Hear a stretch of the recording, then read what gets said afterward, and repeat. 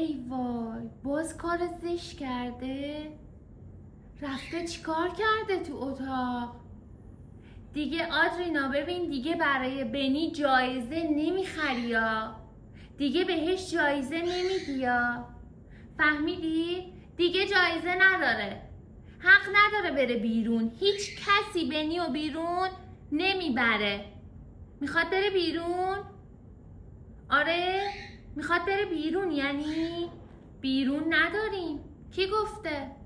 بنی تنبیهه، تازه جایزه هم نمیتونه بخوره. فهمیدی؟ هر کی به بنی جایزه بده من دعواش میکنم. جایزه دیگه نداری.